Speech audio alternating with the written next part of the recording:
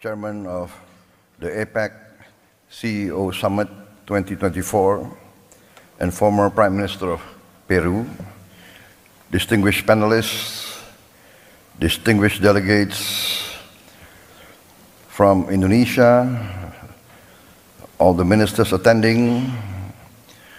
I would like also to acknowledge the presence of many notable CEOs from Latin America and the Caribbean, and distinguished participants from the ASEAN Business Advisory Council.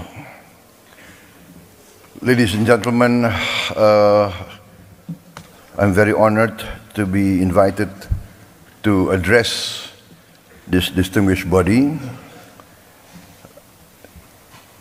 As we all know, that peace and prosperity is driven by economic activity, by the role of the business community, the role of entrepreneurs, the role of industry.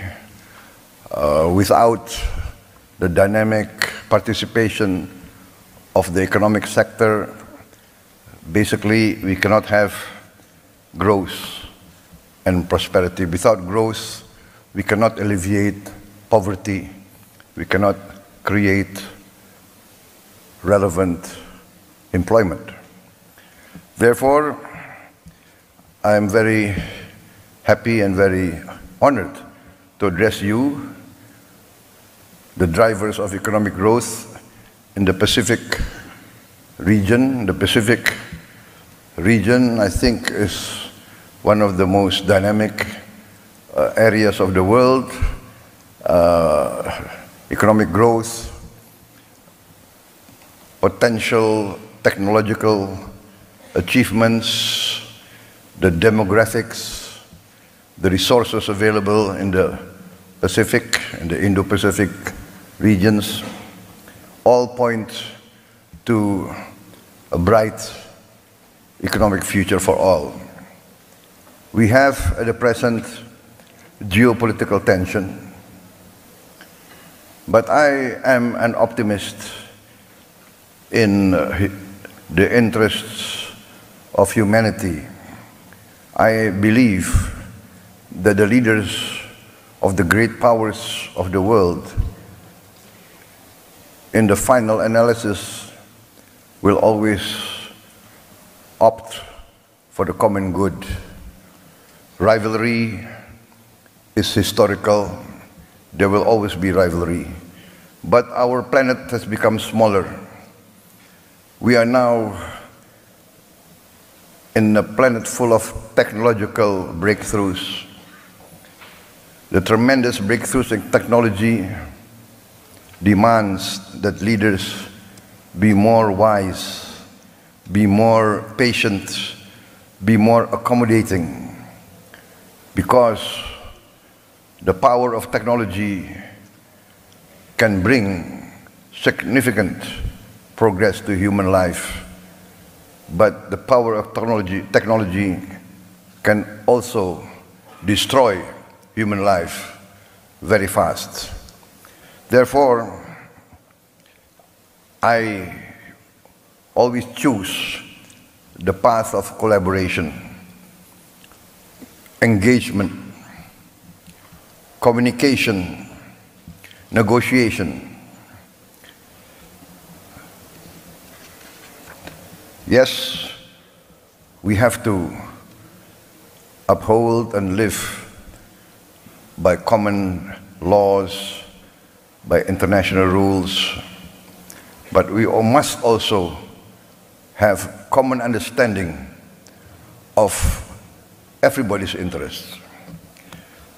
I come from a country now, Indonesia, one of the largest countries in the world, fourth largest population. Our territory from west to east is nearly the length of Europe. Europe has 27 countries or more. We are one country. We have our significant challenges. but we are blessed with abundant resources, significant territory, land and water. We have the fortune of being able to, in a few years, be completely self-sufficient in energy, self-sufficient in green energy. We will be perhaps one of the few countries that can achieve 100% renewable energy within a few years. We can replace fossil fuel by renewables.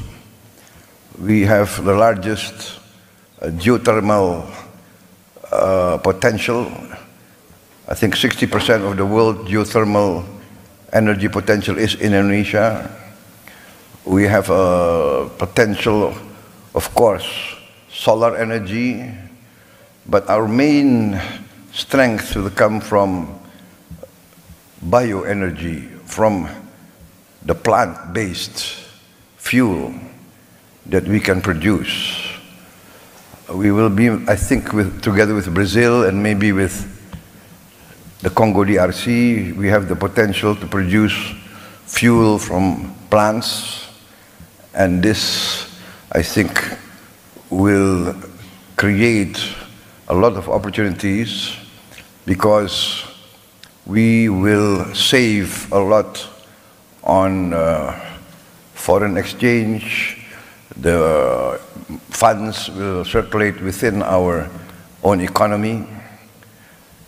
We also are blessed with critical minerals and other vital resources for modern life. And also I've been discussing with Peru, the Peruvian government. I think we have complementary resources for the future. We have managed to have a prudent economical and fiscal policies in the last years. We managed to maintain growth even after the COVID. Our growth now is about 5%, higher than the global average. Our inflation is at 2%. We have challenges. We still have, I would say, we still have poverty at a large scale, large level, which I'm determined to bring down. And we do have a significant percentage of our children malnourished. I'm also determined to address these problems head on. Ladies and gentlemen, I am a firm believer in the role of private business.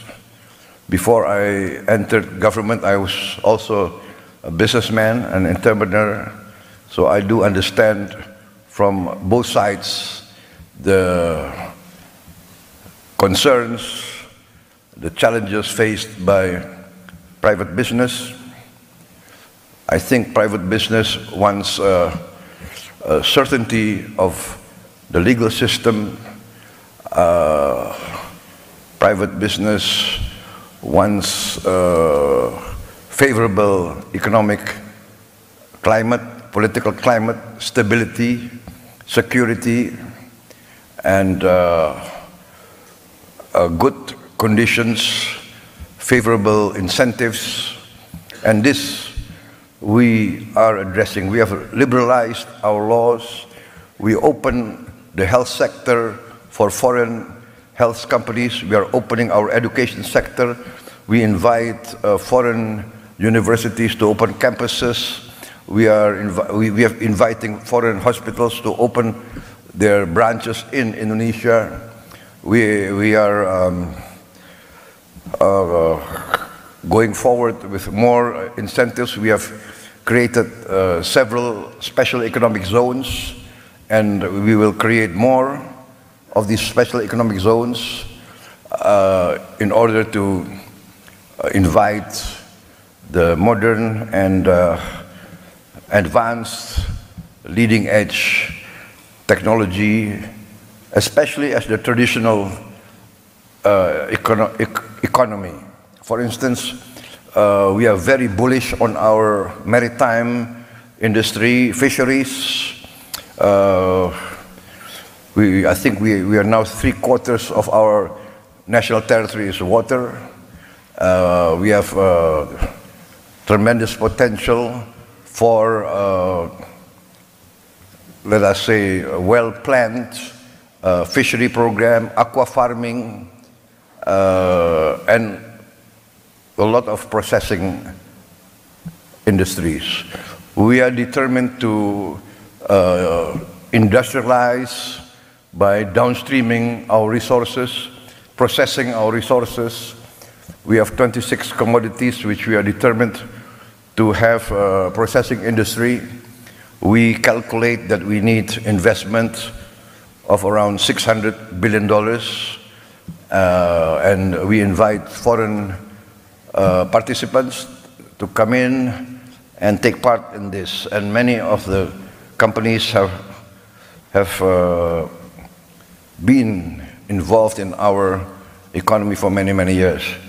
We are also pushing for more exploration of oil and gas and other minerals. So, ladies and gentlemen, Indonesia is open for more business. I'm determined to protect all investments, to give favorable economic conditions, and to be involved in the major economic organizations of the world, and to work together with all of you to create mutual prosperity. I believe that prosperity can only come from peace. Peace comes from understanding.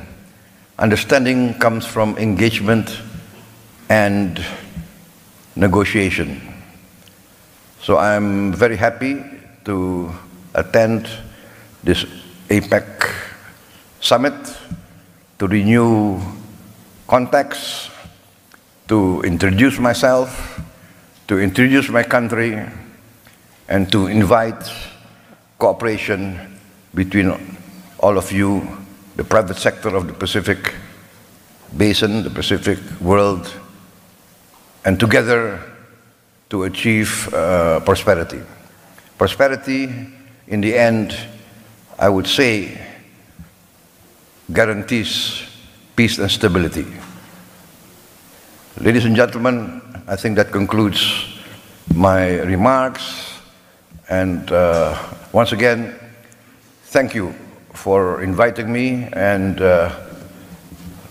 I wish this APEC summit, this APEC CEO summit also to be very successful. Thank you very much. Download Tribun X sekarang, menghadirkan lokal menjadi Indonesia.